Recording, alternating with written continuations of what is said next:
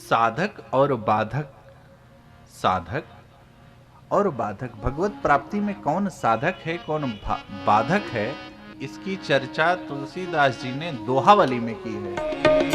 सूधे मन सूधे वचन, सूधे सब कर दूती, तुलसी सूधी सकल विधि, तुलसी सूधी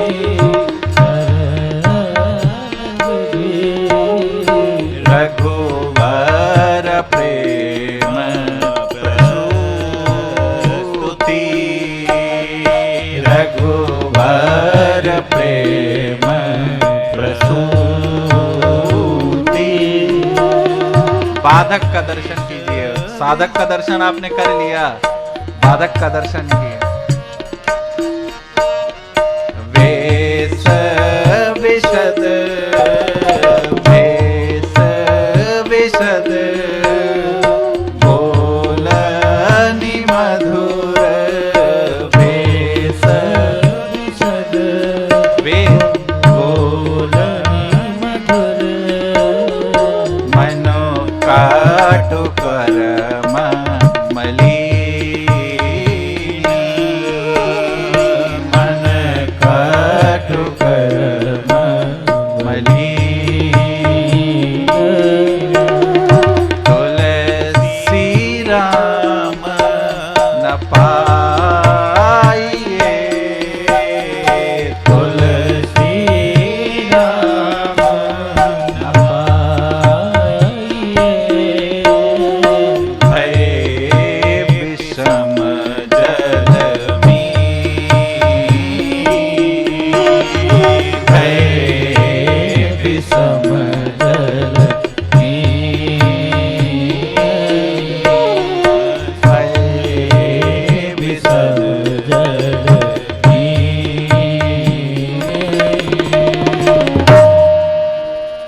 सूधे मन, जिनका मन निर्मल है, साधक, साधक का दर्शन करिए, जिनका मन निर्मल है, सूधे वचन, जो मधुर वचन बोलते हैं, और सूधी सब करतूत, जिनकी सारे कर्म सरल हैं।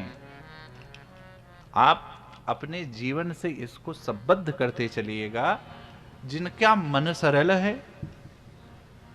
जिनके वचन सरल है, और क्या है, सारे कर्म सरल है।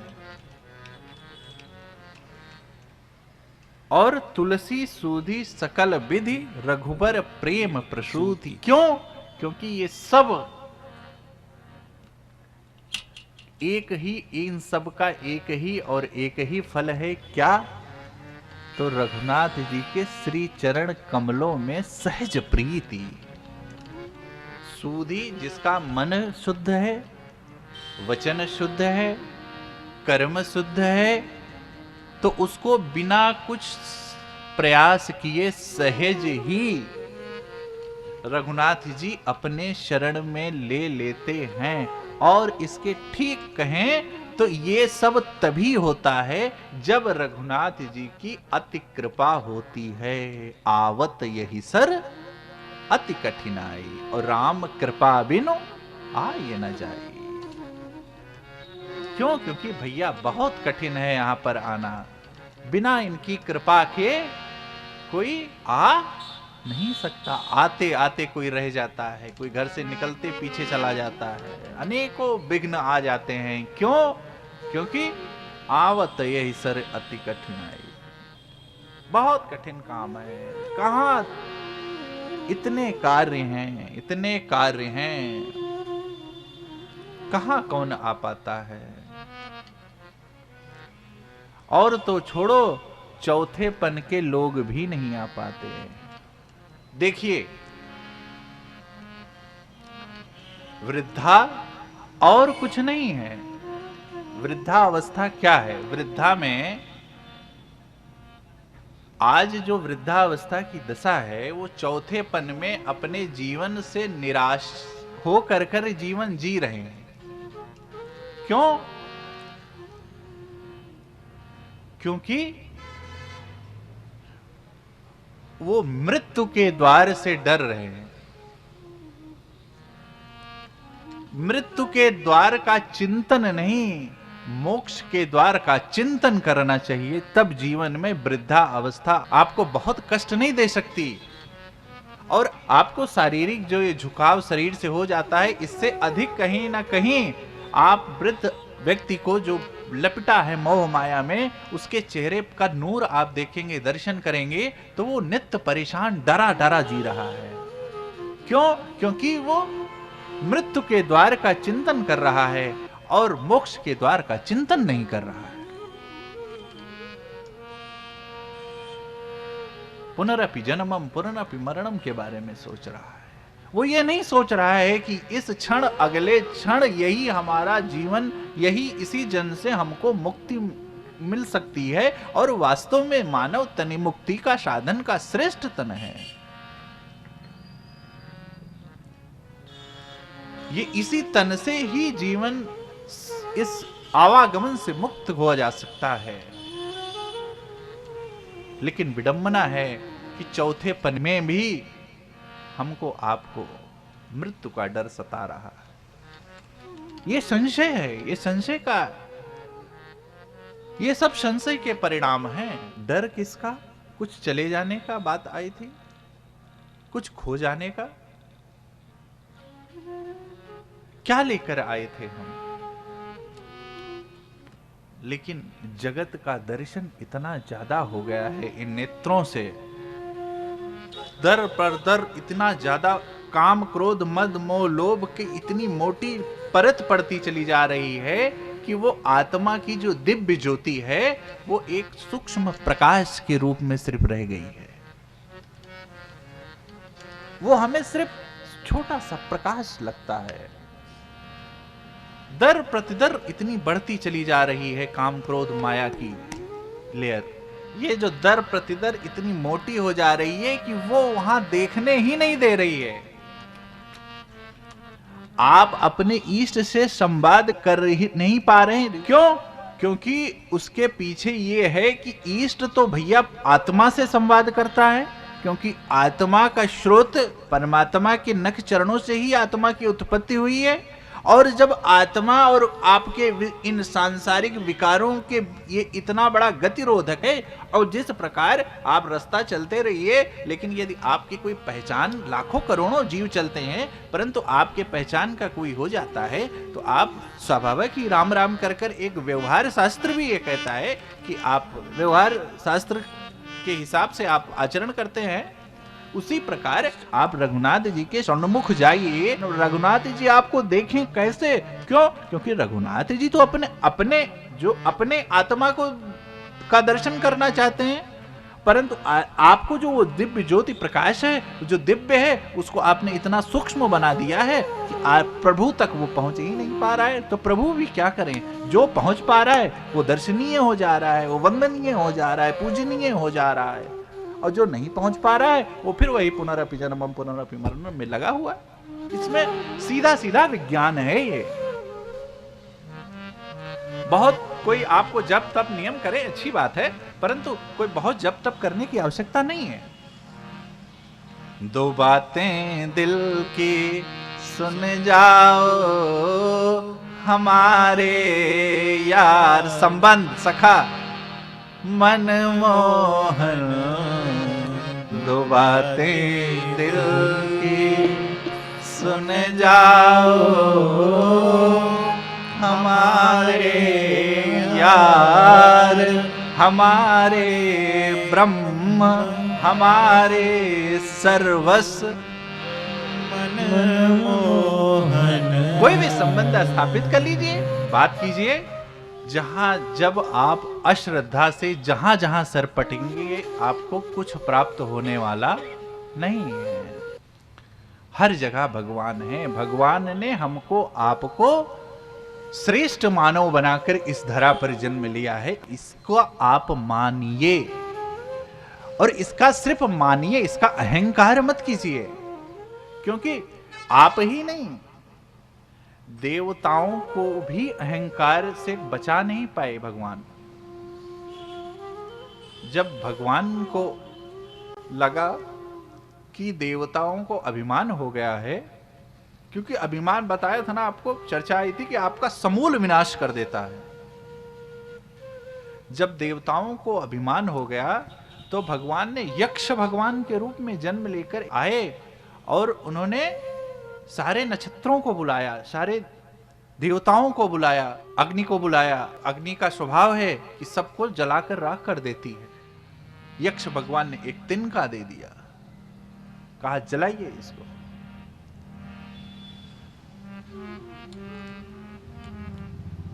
लाख प्रयास कर लिए लेकिन अग्नि भगवान उस तिनके को नहीं जला सके। वस्तु दे दी, वायु भगवान आए, मैं सब उड़ा करके पाताल लोक में भेज दूंगा, तिनका उड़ाइए। पवन उड़ा ना सकी उस तिनके को। जल सब जलमग्न कर देंगे। देखिए, जिस प्रकार हम जन्म से कोई सूर होते हैं, उसी प्रकार हम मदांध हो गए हैं, कामांध हो गए हैं। किससे? काम क्रोध से, अभिमान से। हमें कुछ सूझ नहीं रहा है। हम अपने आगे किसी का ऐश्वर्य, किसी की बड़ाई, किसी का सम्मान, ये पचा नहीं पा रहे हैं हम, क्योंकि हम कामांध हैं, मदांध हैं। और ये हम ही नहीं है, इससे देव ऋषि मुनि भी नहीं बचे हैं। तो यक्ष भगवान के पास समस्त अग्नि वायु सब लोग आए,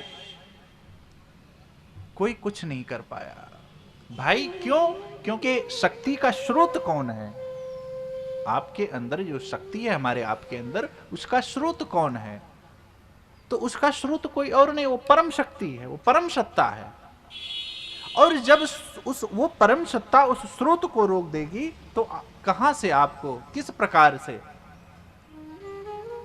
आप चलाईमान होंगे, या आपका तेज, आपका बल कहां पर उपयोगी होगा? हमको कार्य करते समय अपने कर्तापन की शक्ति पर अभिमान नहीं होना चाहिए। जब हम कर्ता बनकर, विमूढ़ बनकर, लेकिन मूल में रघुनाथ जी की कृपा को, कोई भी आप कार्य करते हैं उसके मूल में जब हम रघुनाथ जी की कृपा मानकर व्यवहार करते हैं तो हम कभी भी, हमारे जीवन में अभिमान नहीं आता। हमें अपने कर्तृत्व का अभिमान नहीं होता, क्योंकि कर्तृत्व का अभिमान ये कब हो जाता है, ये किसी को पता नहीं चलता।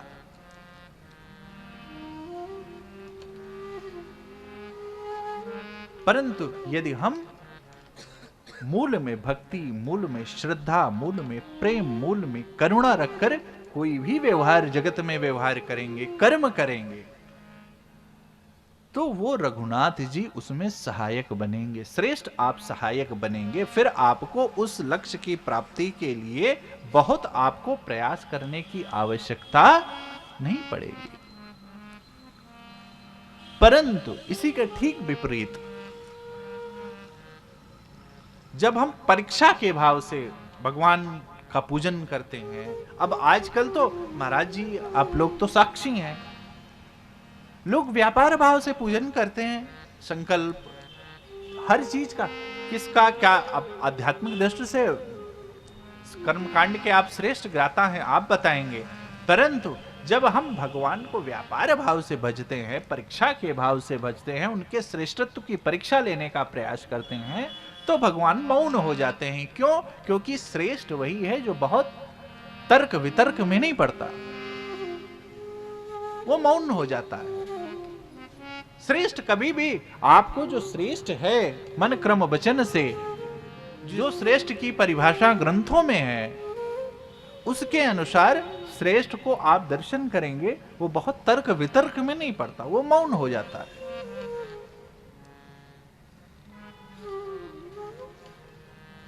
तो जब हम परीक्षा के भाव से भगवान को भजते हैं, और हम ही नहीं, ऋषि श्रेष्ठ भृगु जी भी इससे नहीं बच पाए। जब सरस्वती मां के तट पर एक बार किसका, ऋषियों का समूह जुटा, ब्रह्म ऋषियों का, किसके लिए जुटा कि प्रथम कौन है, देखिए हम प्रथम और द्वितीय के चक्कर में ना पड़े। इतना माने कि वो परब्रह्म जिसको ना तो धन से प्राप्त किया जा सकता है, क्योंकि आज के समय में सबसे बड़ा मद धन का होता है, धनाढ्य, और आज के समय में आवश्यकता भी किसी और की नहीं है, किसी और को नहीं है। कथा की आवश्यकता सिर्फ धनाढ्यों को है, उनके बच्चों को है, जिन्होंने अपने व्यासपीठ की मर्यादा है उससे मतलब क्या कहें, हम उसी में अपने को श्रेष्ठ मानते हैं।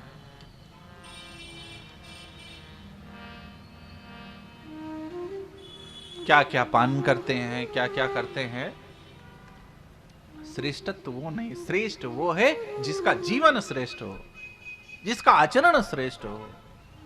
तो भृगु जी महाराज का चयन किया गया। भृगु जी महाराज कोई साधारण नहीं थे, ब्रह्म ऋषि थे, सप्त ऋषियों मानस पुत्र थे, ब्रह्मा जी के मानस पुत्रों में से एक थे।